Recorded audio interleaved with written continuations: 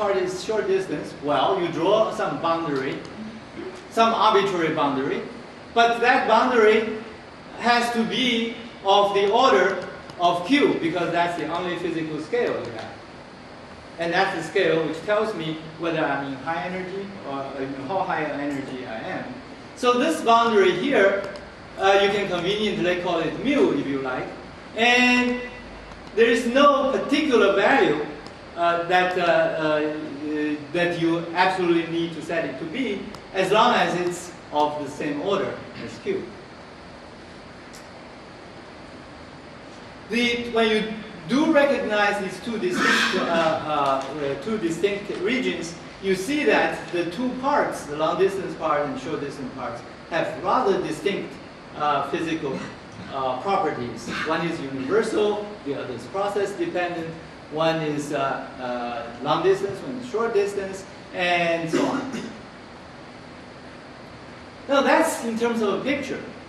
In terms of the formula, you can do the same thing. The calculation was the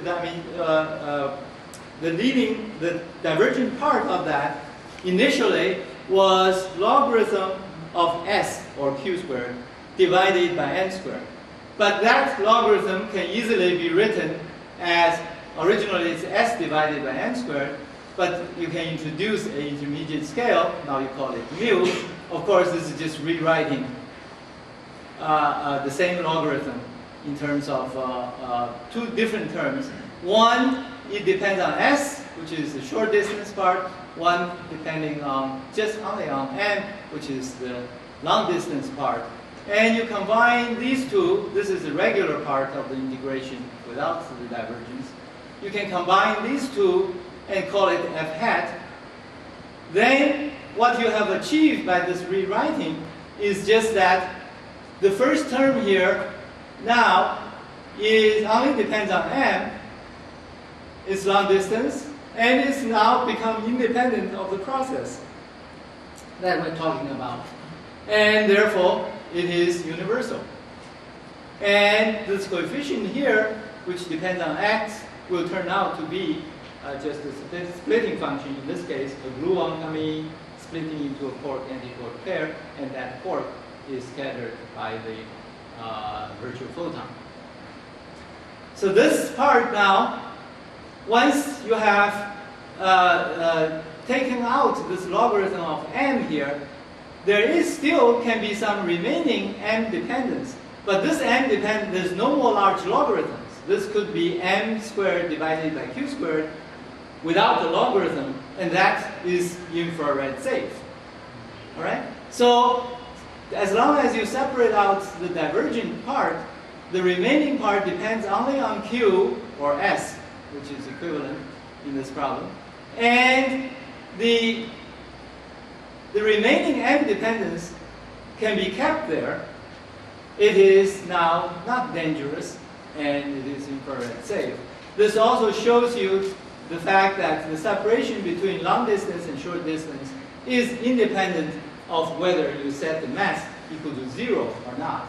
You can very well just keep it as long as you do the separation correctly. So this part is what we call the hard scattering part, or sometimes it's called Wilson coefficient. Sorry, how do we know that this dq log m squared of mu squared is always the same form for process? That's part of the proof that but that's physically it is, because I mentioned that it's intuitively so, because this part doesn't involve any feature of the matrix element. It's just when you, in other words, if you do a Taylor expansion of the integrand, this is the constant part, which doesn't depend on the process. Okay? That's the basic reason. In the proof of factorization, of course, you have to prove it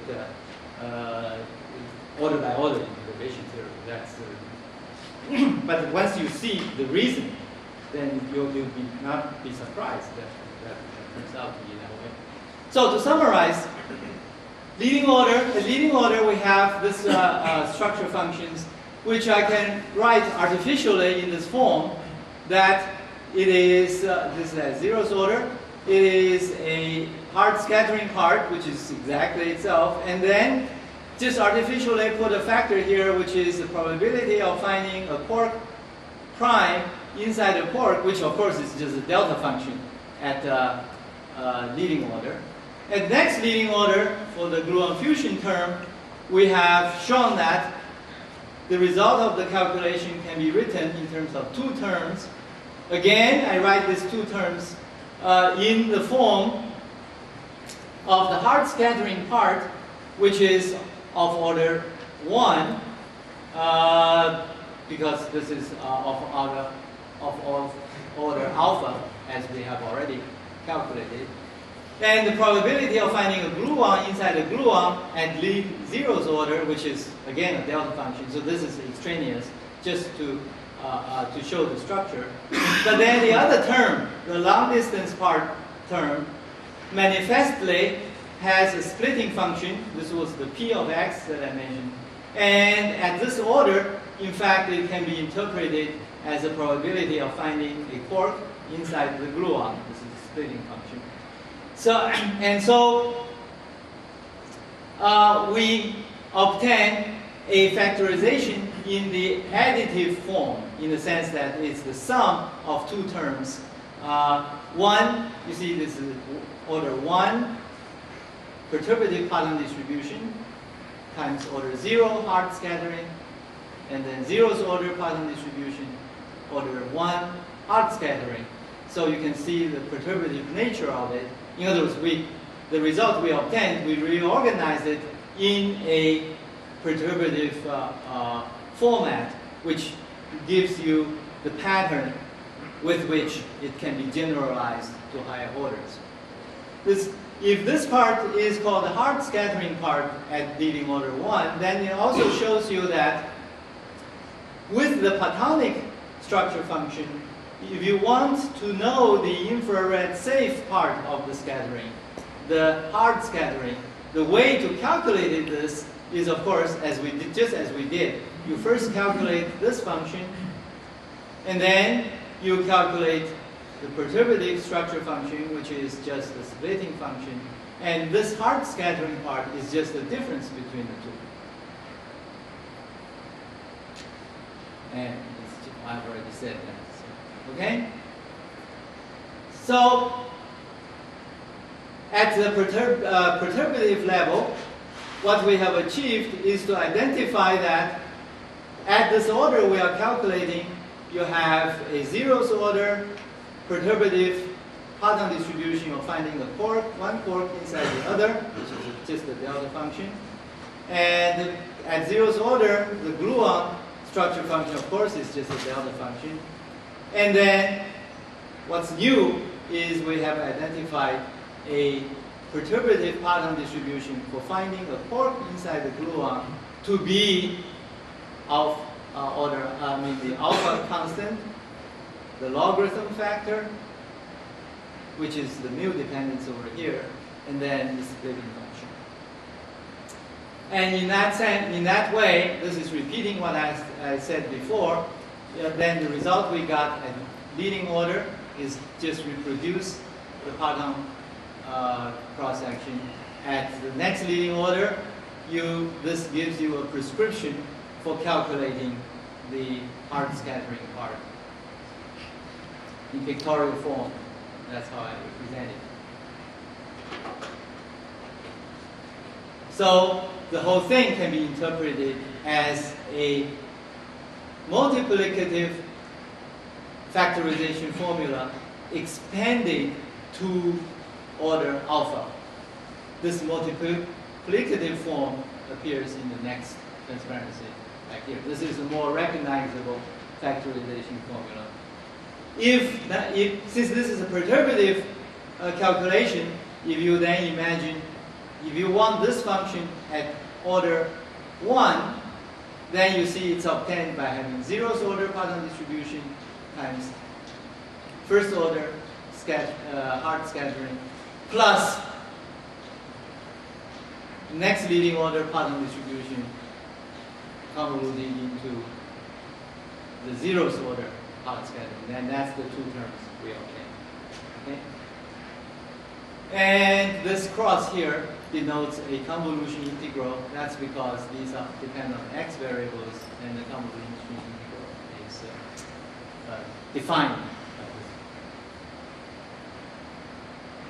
And that's how analytically it appears. In pictorial form, this formula, which is key to QCD, which is the basis of the pattern picture, can be represented in two ways. We often see the factorization being pictured in this way. You say the probability for this hard scattering process is given by the probability of finding a parton inside the hadron or parton inside the parton, and then a hard scattering part and so on. But this is really a simplified version, which is only half of the amplitude. Of course, these structure functions, as you know, are not exactly this, but the square of this quantity is summed over all final states. So the more accurate version of a picture for this factorization formula is actually this. This line here is only half of that, as you can see. All right? And the convolution here is the pattern distribution. Actually, the true picture is this. And this is a hard scattering part. And on the other hand, for convenience, we often just write things this way. All right. I've given you an illustrative example, but that's hardly the whole story, because all what I did is to calculate the virtual Compton scattering of a gluon target. What does that have to do with the real world that we live in? And we have to answer the rest of the question. But that example, however, really should have given you a basic sort of a taste of why factorization is there and how it comes about. So I'll just do the rest in a qualitative way. So what issues needs to be addressed in order to go from my illustrative example to the real world? In fact, if you are inquisitive in mind, you should be asking all these questions which follows. First of all, we've only considered one of the sub-processes, this process. What about what happens with the other process, which is the scattering of the virtual photon off the quark diagram? After we answer that question, you only have the next leading orders. So what happens when we go to higher orders in alpha? And what about other processes? We just talked about deep inelastic scattering. How do we know that the same pattern distribution, for instance, emerges from other processes? We need to answer that. And since we're, I've been only talking about the perturbative pattern distribution functions in this calculation, we demonstrate it's associated with long distance. But what uses it? It's actually divergent. We said it's collinearly divergent. So why do we need it? So what does the factorization of partons cross sections have to do with the real hadron cross sections?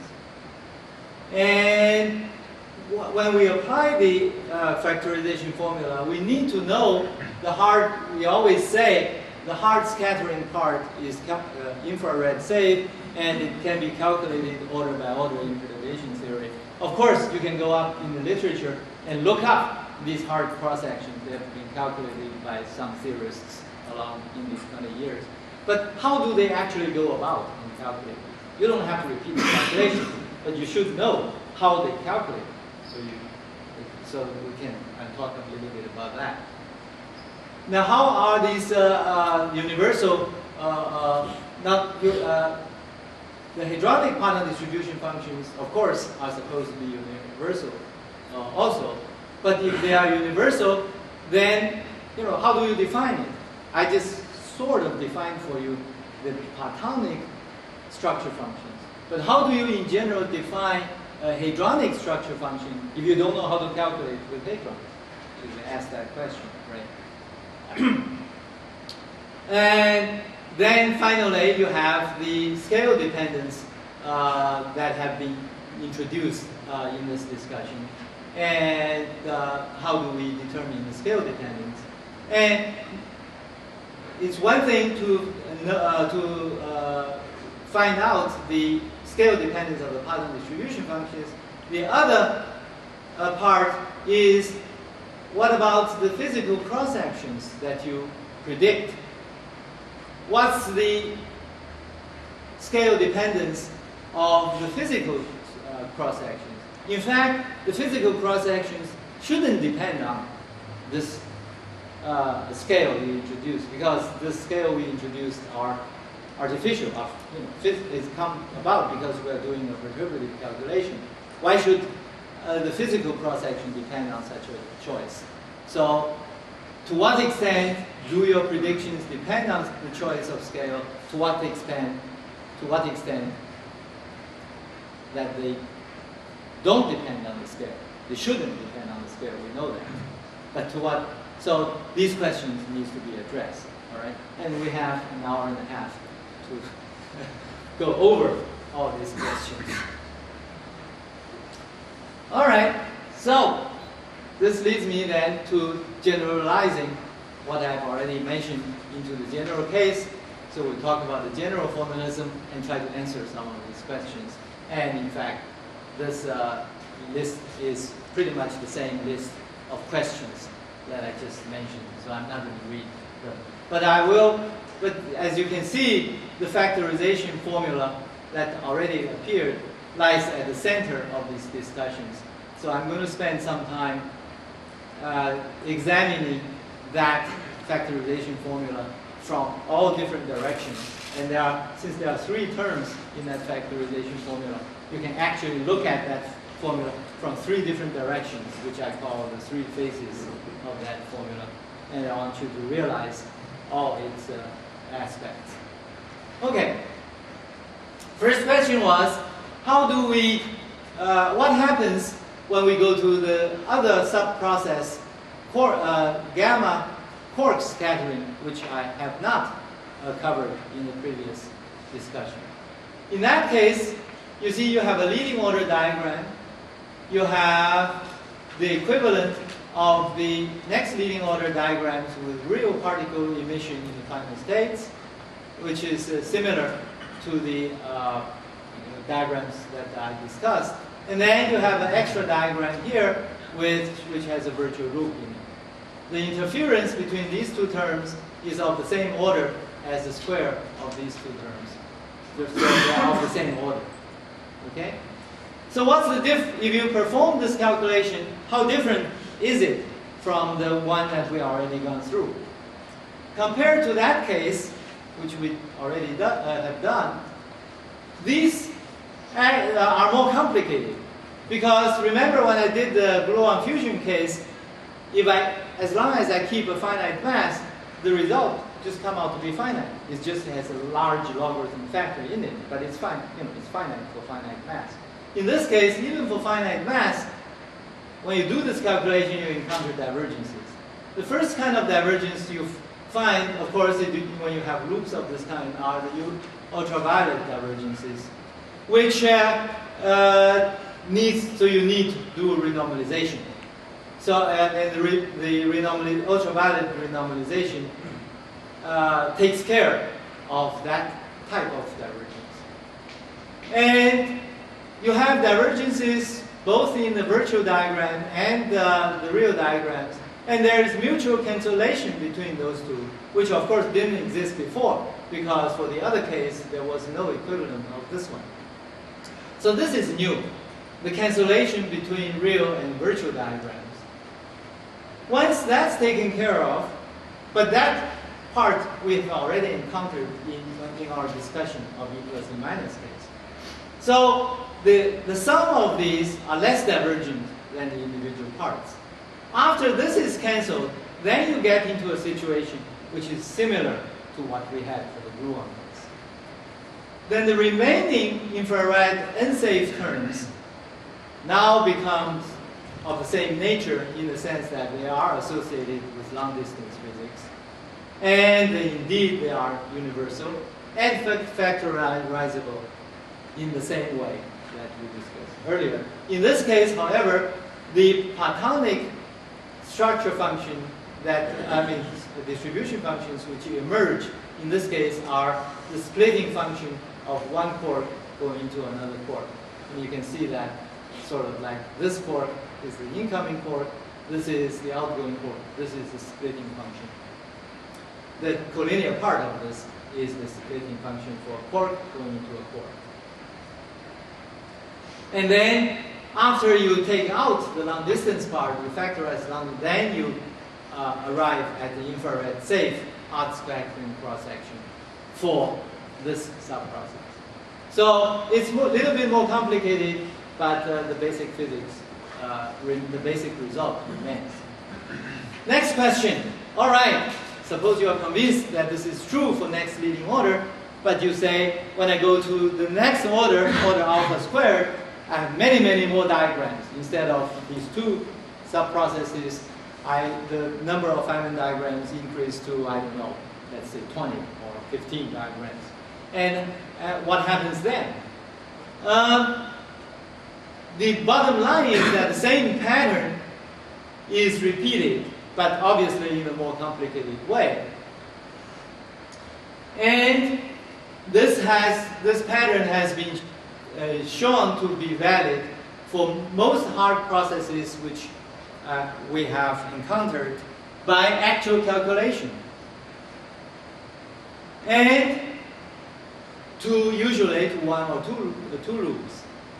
But once you see the pattern, once you recognize the space-time nature of this problem underlying what we have already discussed, it's not surprising that this pattern actually is repeated at even higher orders. So that is, so you can then try to prove the factorization theorem to all orders of perturbation theory. But that proof is obviously far from being trivial. What is being used, this is the theory of renormalization, which generalizes this pattern to all orders. What the basic method used is the mathematical induction method, obviously. If you want to prove something to all orders, you have to prove that it's true for the first couple of orders. Then, if it's true for order n, then you prove that it's true for order n plus 1. But that demonstration, in the case of the quantum field theory, is far from being easy. But hopefully, the physical intuition that we have introduced make it plausible to you that such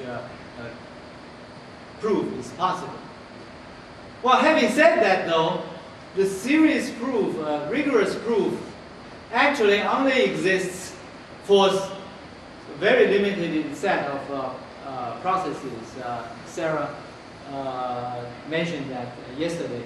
For the proof of the Drell-Yan, factorization of Drell-Yan process itself was quite hard.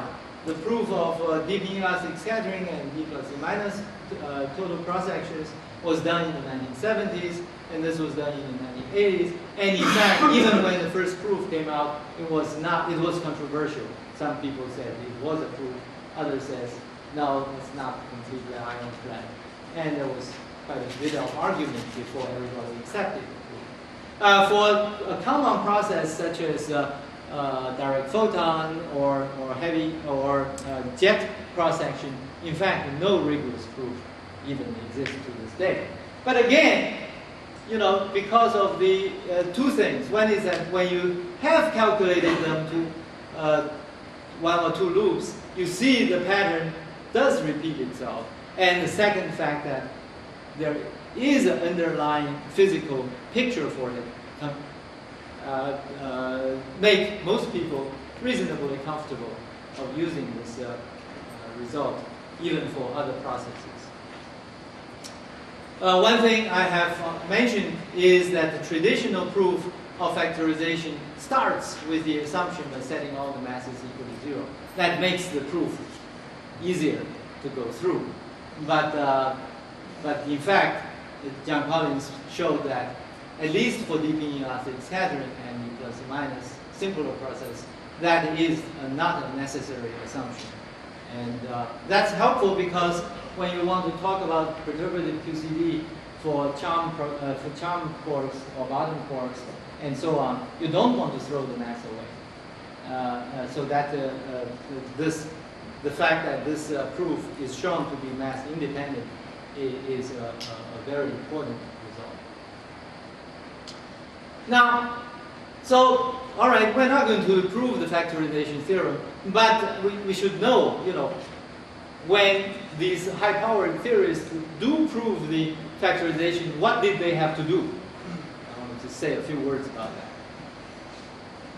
The proof consists of, you have to demonstrate that to all orders of perturbation expansion, there exists a set of universal Poisson distribution functions, for instance, which can absorb all conceivable collinear and soft divergences that you can encounter. And all such divergences at all possible orders always can be absorbed into this set of Poisson distribution, this set of functions, which we call Poisson distribution functions, or fragmentation functions, if we talk about final states. Okay? And that, of course, makes the proof not so easy, especially when you have soft gluons flowing all over the place, and to actually to show this quite untrivial. The 2 points I like to make is that when you think about the statement here, of course, it immediately reminds you about the theory of renormalization, which states that, this is what for ultraviolet divergence, that if you read the field theory book on renormalization, it says the proof of renormalization consists demonstrating that all possible ultraviolet divergent terms in the expansion can be absorbed into a few renormalized constants, such as coupling constants and mass and so on. And clearly this statement is exactly like that. The second thing is, if these universal Poisson distribution functions do exist, then, and they are process independent, then we should be able to define, to produce a proof, a definition of the Poisson distribution functions, which is independent of any specific process. How do we define these functions? And that's what we will. So I'll talk about these two. So this first part I already showed you yesterday, and now having gone through these examples, I just want to remind you about it, right? So the traditional proof of renormalization consists of this connection here. Using the scale dependence of the theory, which is controlled by these renormalization group equations, which help you to absorb all the ultraviolet divergent quantities in the theory into a few of these renormalizable constants. And what we have been talking about are these remaining singularities of collinear and soft type, which has to do with this connection.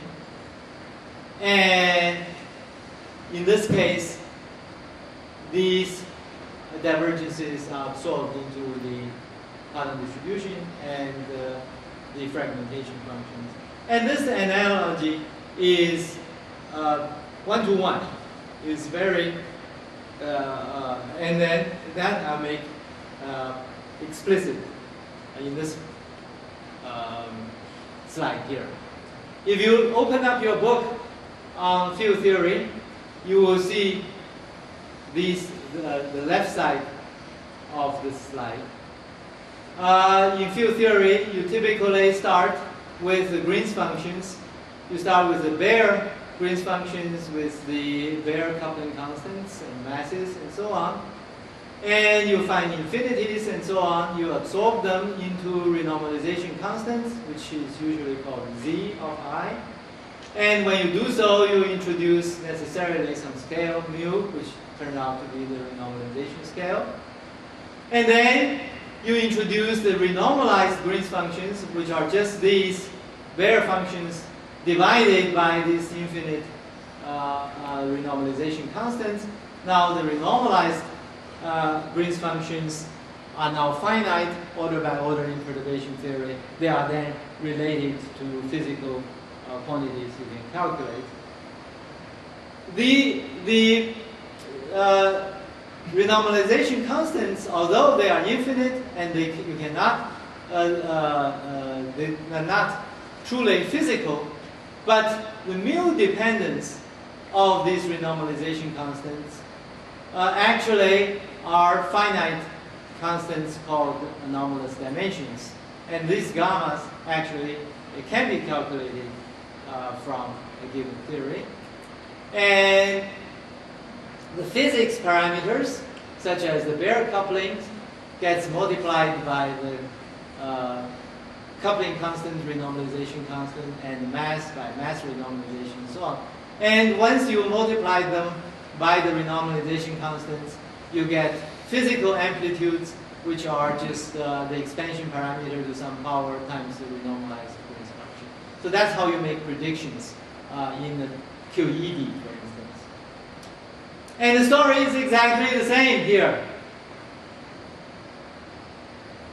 If you calculate some cross-section, such as the structure functions, then you encounter these infrared or collinear divergences, which can be absorbed into this finite set of functions which you would call pattern distribution functions or fragmentation functions.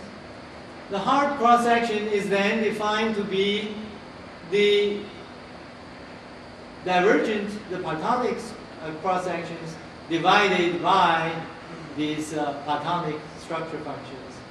And again, the mu dependence of these are just the splitting functions. They can be calculated, and the hard Parton distribution functions are resummed, just like over here, and then the predicted Parton the structure functions are just the convolution of the two, the same.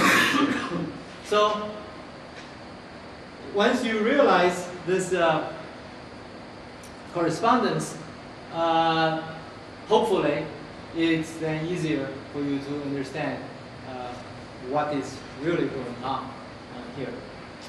Okay? So, and the second part of the observation was, all right, these Platonic distributions clearly play a key role. They are universal, and therefore we should be able to define them without referring to any specific process. So if someone asks you, what is a Parton distribution function? You should be able to say, it is defined by this equation. And so what is that equation? Historically, the Parton distribution functions are defined, if you don't know this already, surely you have heard about operator product expansion. The Parton distribution functions are defined by a tower of local operator matrix elements in between hadronic states, or whatever the Platonic states. Of these local operators, this definition was introduced by Wilson. And what you obtain, the matrix elements of each of these local operators give you the so-called moments of these Parton distribution functions. So they are not as directly related to what we've been discussing so far. This historical definition is has a modern equivalent, which is more directly related to what we've been discussing. And these are defined in terms of bilocal operators on the light cone. And what do I mean by that? Here it is. This is the modern definition of the parton distribution function of parton A, or cork, more precisely, cork flavor A inside the target capital A. Is defined as the Fourier transform with light cone coordinates in between the target states, capital A, of this is the bilocal operator, the cork field psi A and psi A bar. Bilocal because this one is evaluated at 0 component for y plus, and y minus is the integration variable, so this is on the light cone. And then the other operator is located at the origin. And you have a gamma matrix here, which is the plus component of the. You can equally define this as we discussed in the recitation session, that in the infinite momentum frame and all that, and that's much more less precise as this light cone definition. This C here is the ratio of the plus component of the partonic momentum with respect to the target momentum. That's the momentum fraction. That's the equivalent. In the simplest case, that is the Bjorken variable, but generalized to the light cone coordinates. There is a factor here, F, which I haven't mentioned, which is peculiar to QCD, to this non-abelian engaged field theory, which consists of a line integral of the gluon field, again the plus component integrated over the minus component of the coordinates,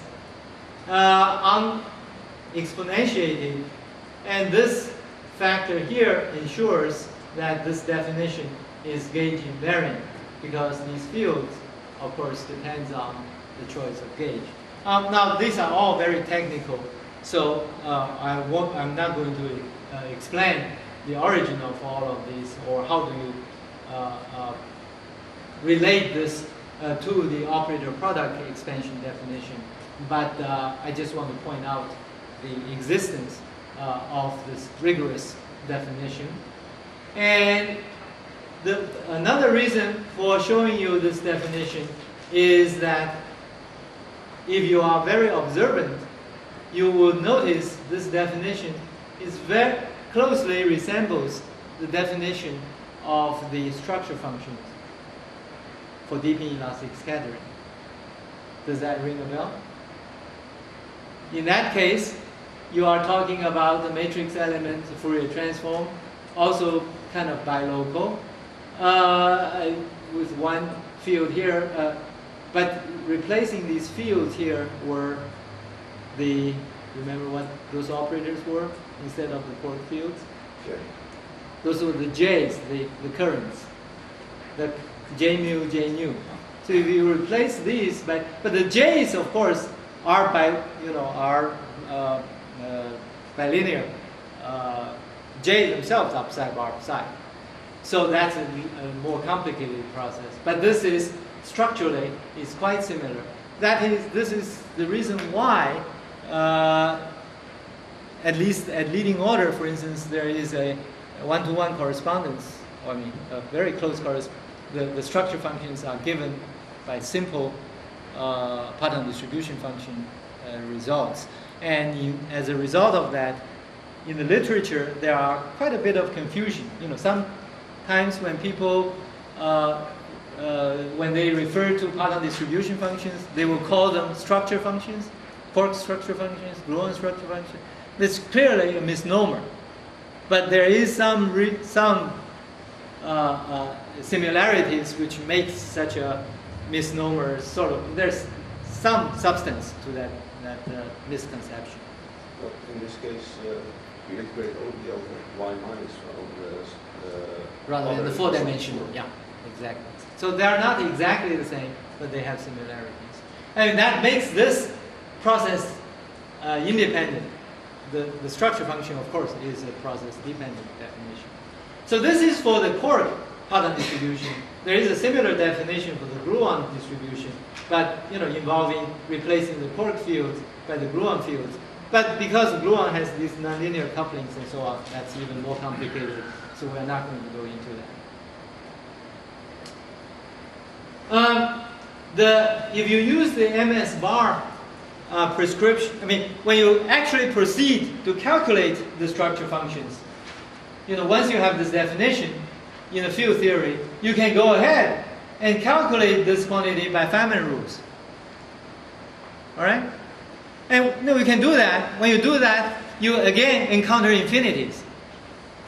So you have to regularize, and you have to define what you mean by these. And that's why when you actually start to calculate this, this becomes scheme dependent. You have to have a particular scheme to do the subtraction. And that's why I say here, if you try to calculate this using the MS bar definition, we can also use other definitions.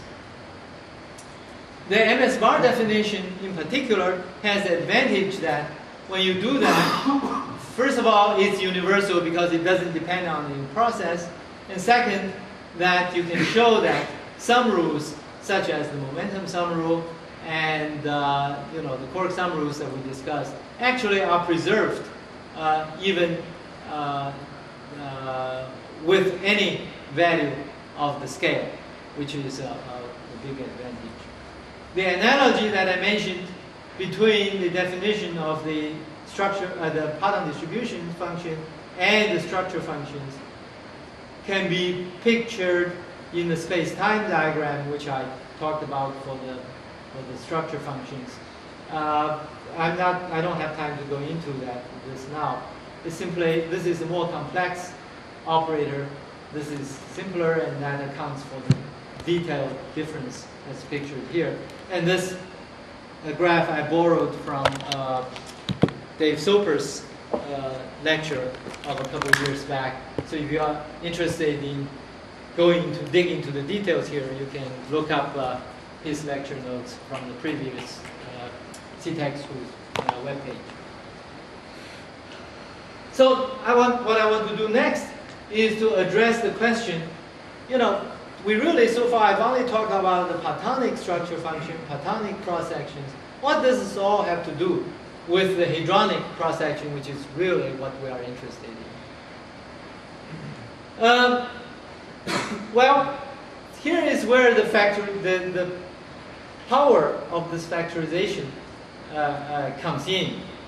Once you have proved the factorization for the Platonic structure functions, then you see generalization to the hadronic case becomes very, very natural. And the reason is what we have proven is, or what we have demonstrated is that if you had a Platonic target, then a formula like this holds. But because the right-hand side is factorized, this part, the infrared safe part, is independent of the target you choose. All right? Suppose I had started with a Platonic target here.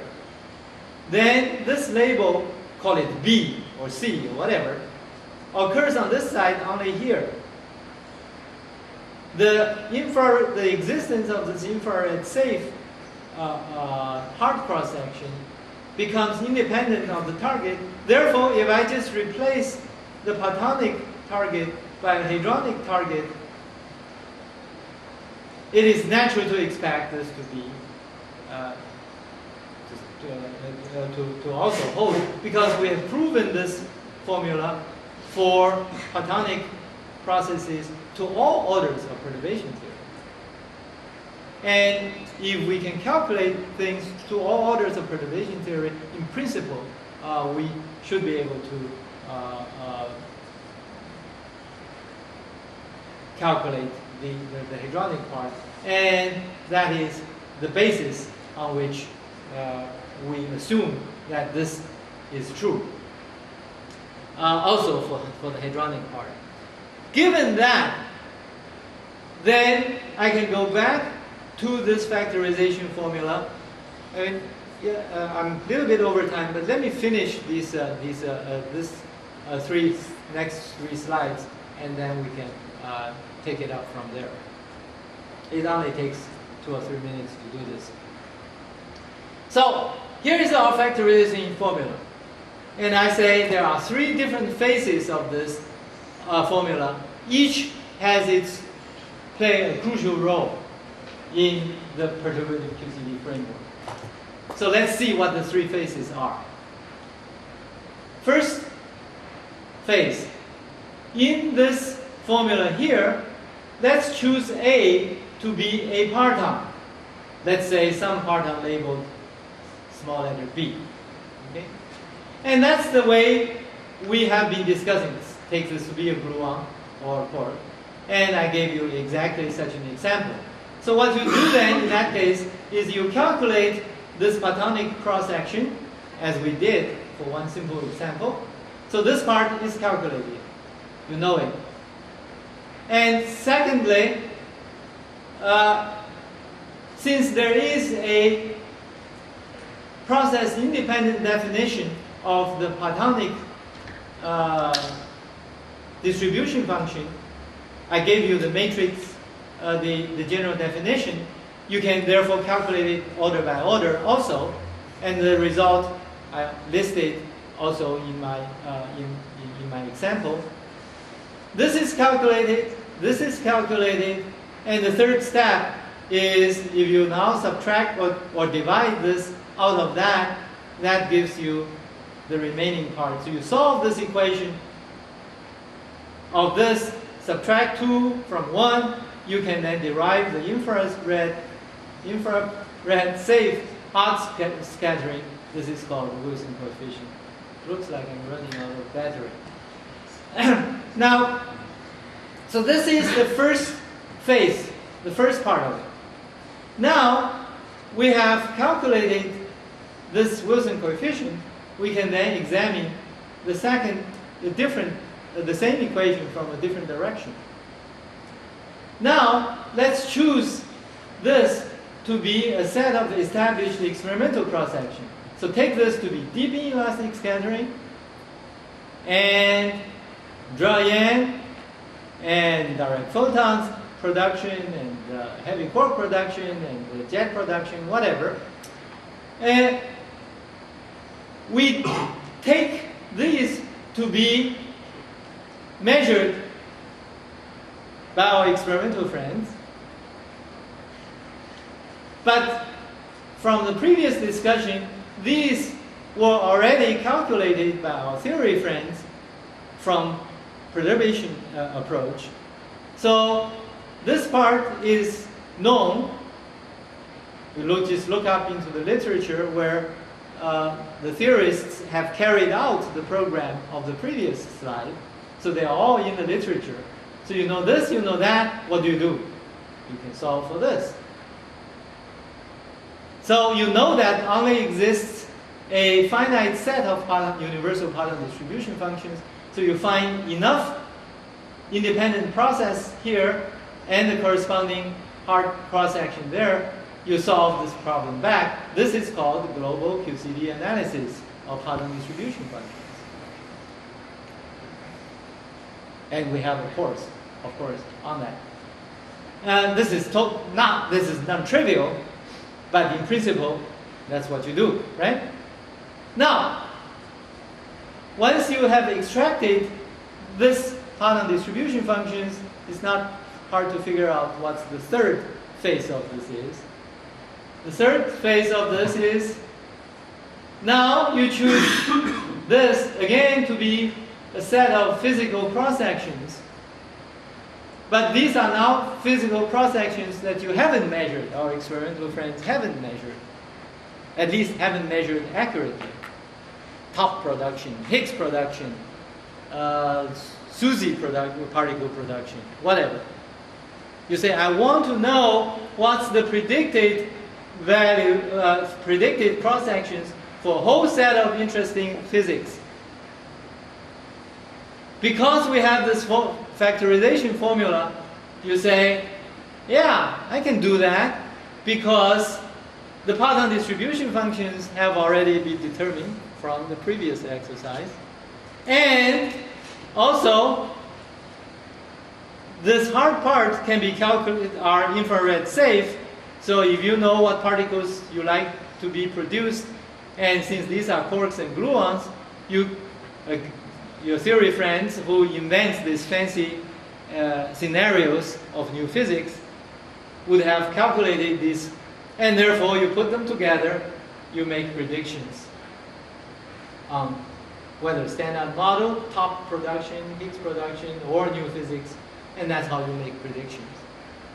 So you can see that the same formula have these three different phases, which together forms the program of perturbative QCD, which of course is also the basis of everything else we do in high energy physics. All right, so let's stop here, and maybe we'll come back in at 35 minutes. 10:35. Half an hour. Yeah, half an hour. Okay.